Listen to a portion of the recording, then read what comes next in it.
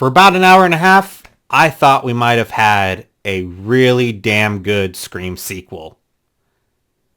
And then that third act happened, and the whole thing fell apart. I'm Jesse. This is Real Jenkins. Let's talk Scream 7.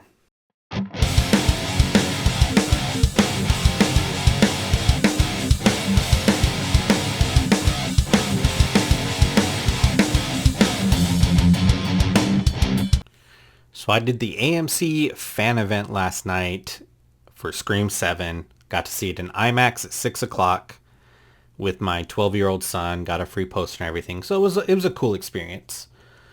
Now, this movie has a bunch of returning stars like Matthew Lillard, Neve Campbell, Courtney Cox, Scott Foley, Mason Gooding, and David Arquette. You know, all your normal ones from 1 through 6 that have shown up throughout the franchise.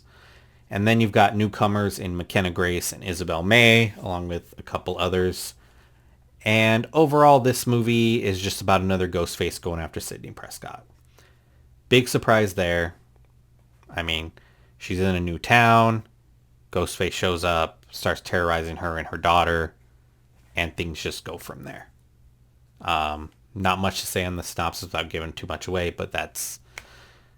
I mean, for these movies, it's really just Ghostface is going after somebody. And usually it's Sidney Prescott, but this time it's her and her daughter. So there's that. Now, my son is also going to share his thoughts on this movie. So if you want to look at the chapters, you can skip to that. I will give you my full review, telling you what I thought worked, what I thought didn't work, what I thought was in the middle, and then give you my ranking for the movie as well. And I will also be doing a tier ranking for Scream at the end of this weekend, so be on the lookout for that. But let's get to the review. All right, let's talk about what did work for me. Now, like I said, the first 2/3 of this movie I thought were really good, and I thought we were on track to have one of the better Scream sequels in this franchise. If it wasn't for that third act, I would have been correct. But let's talk about what did work in that first hour and a half of this movie. The first one I want to point out is Ghostface in this is absolutely terrifying. There's things they do with him camera work wise and scenes he's in. It's just fantastic.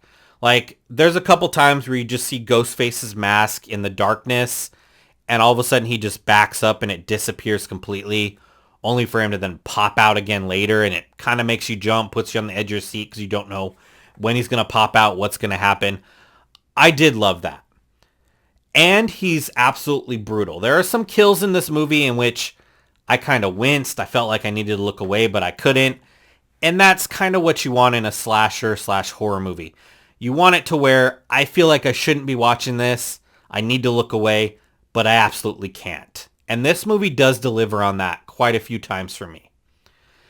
Also, it doesn't turn the camera away from the violence. There's some kills in which you see the entire thing and it just stays there. It's mean on those kills. It's great practical effects on those kills.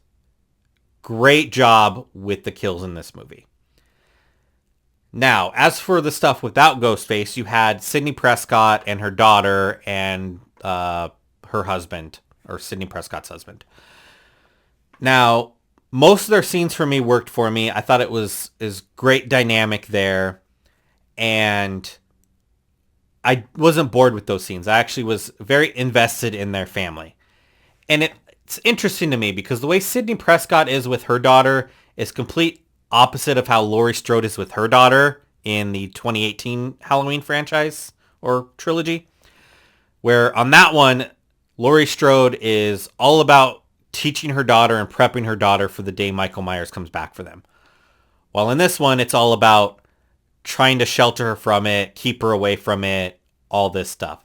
So it's a nice little toss-up there. I think I like this concept a little bit more because it kind of adds for more mother-daughter moments that are very important in the film. So that all worked for me. That was great. That was all in the first 2/3 of the movie. So let's talk about what was kind of in the middle for me. Things that didn't really bother me but also didn't really work for me is the nostalgia stuff they threw into this movie. Now, we all have probably seen the trailer where you see the Stumacher house is turned into an Airbnb and you have this couple that goes in there. All of that worked for me. It was really cool. Walk down memory lane, showing all this kind of reminiscing all the things that happened in that house. I thought that was cool. The other nostalgia stuff they throw in here, I can't really talk too much about without going into spoiler territory. But all that stuff I felt was unnecessary and didn't go anywhere that I wanted it to go. So I wish that would have been left out, but obviously that was also what they used to sell this movie a lot more. So you'll know what I mean when you see the movie. Now, what also didn't work for me is all the side characters. Outside of the Sidney Prescott's main family, you have the two returning characters from 5 and 6, Randy's niece and nephew. They were okay in 5 and 6. In this, they just feel very unnecessary. They just kind of pop in, they pop out, they pop in, they pop out. The ending may be important for 8 if that ever happens, but other than that, they're kind of pointless in this movie. And then Tatum, which is Sidney Prescott's daughter, her friends are very pointless besides being just things for Ghostface to tear apart and kill. There's really no character development there. There's really not a lot of screen time with them. They're just kind of there because they needed to up the kill count, it feels like. So those didn't work for me. They didn't really take me out of the movie, but they just were really unnecessary. Now let's talk about where this movie basically falls apart for me, and that is all in the third act. Now, the Scream franchise to me is all about that Ghostface reveal and that motive. Each movie is different. Each movie, when you're watching it, you're anticipating that reveal and that motive. It's not like your Friday the 13th, your Nightmare on Elm Street, your Halloween, where you know who the killer is. There's no anticipation there. You're just basically waiting for kills and to see how they're going to stop them. And in Scream, it's all about that reveal. That reveal can break your movie, and unfortunately, it does kind of break this movie. If it wasn't for those first 2/3 of this movie, this easily would be the worst one, in my opinion, because that reveal is hands down the worst reveal. The motive and the reveal of Ghostface, both extremely disappointing with this movie. Which, like I said, when that's the whole core of the franchise, where you have different killers and different motives each movie, if you drop the ball there, you kind of screwed up your movie. 6 was a good way to see how that would fall apart. 6 had some good things in it, but that reveal was horrible, and overall, it is probably one of the worst ranked movies, I think, out of the franchise. I didn't mind it that much, but that reveal was horrible in that one. This one has an even worse reveal, but I think the first 2/3 are better than anything 6 does. So I think it is just a little bit better than 6 for me. Which, speaking of which, I'll be doing a Scream tier ranking video later this weekend, so be on the lookout for that. But that is what did not work for me with this movie, unfortunately. The parts I did like were how they finally brought back Sydney, and she wasn't as a side character, she was finally as a main character, and how they gave her someone to really protect. And what I didn't like about Scream 7 was how quickly the opening scene went, and then just how it slowed down. I would have liked at least for it to start off slow and keep on going slow and then speed up, instead of just having it instantly go fast and then slow down. And what I mean by slow down is how Ghostface kind of just disappeared for like a big portion of the movie, and I kind of wanted him to be more present during those scenes. And I'm going to give this movie a 7 out of 10, which puts it right in the middle of the rest of my Scream rankings. Now for my final thoughts here.